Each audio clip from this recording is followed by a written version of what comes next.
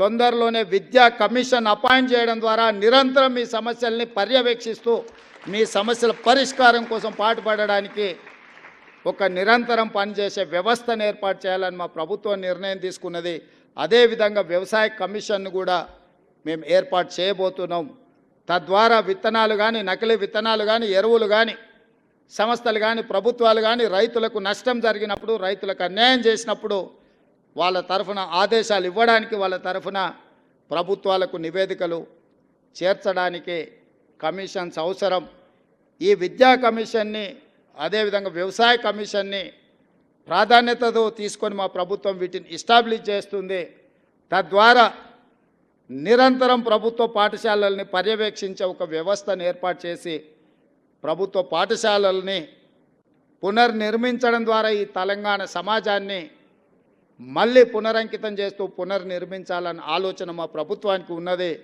మా ప్రభుత్వానికి భేషజాలు లేవు.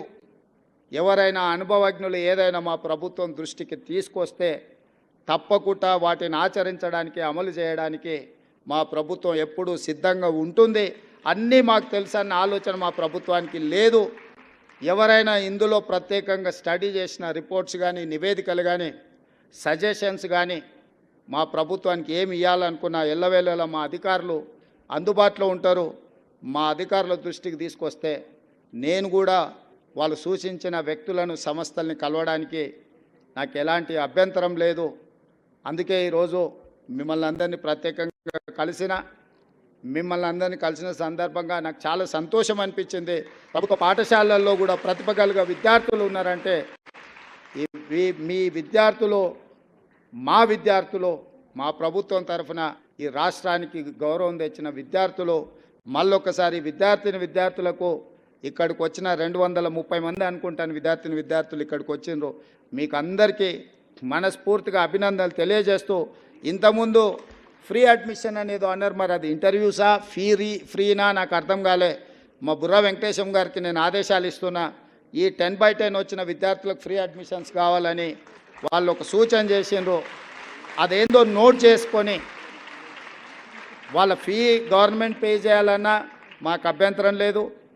రెసిడెన్షియల్ కాలేజీలలో వాళ్ళ అడ్మిషన్లైనా తక్షణమే ఆ అడ్మిషన్స్ ఎట్లా వాళ్ళకి ఇప్పించాలనో మా సెక్రటరీ గారు ఇమ్మీడియట్గా దాని మీద దృష్టి పెట్టాలి.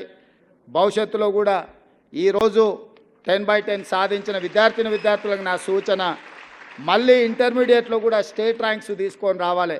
చాలామంది 10th క్లాస్లో బాగా వస్తారు, బాగా చదువుకున్నామని ఇంటర్లో జాయిన్ కాగానే కొంత విద్య పట్ల నిర్లక్ష్యం వహిస్తారు. ఈ 10th క్లాస్లో వచ్చిన గవర్నమెంట్ స్టూడెంట్స్ అందరూ ఇంటర్మీడియట్లో కూడా 12th క్లాస్లో కూడా మీరు మంచిగా రాణించాలి. మీరు భవిష్యత్తులో డాక్టర్లు, లాయర్లు, ఇంజనీర్లు, ఐఏఎస్లు, ఐపీఎస్లు కావాలని మేము ఆకాంక్షిస్తూ మీ అందరికీ ఈ ప్రభుత్వం అండగా నిలబడుతుంది. సమస్యల్ని పరిష్కరిస్తాం. ఉన్న సమస్యలు, నిరంతరంగా ఉండే సమస్యలు వీలైనంత మేరకు మీ సమస్యలు పరిష్కరించి మీకు మా ప్రభుత్వం ఉన్నది, ప్రజాప్రభుత్వం ఉన్నది, ఈ రాష్ట్రంలో ప్రజాపాలన జరుగుతున్నదనే నమ్మకం, విశ్వాసం కల్పించే విధంగా మా ప్రభుత్వం ముందుకు వెళ్తుందని తెలియజేస్తూ మీ అందరి దగ్గర సెలవు తీసుకుంటున్నాను. జై హింద్.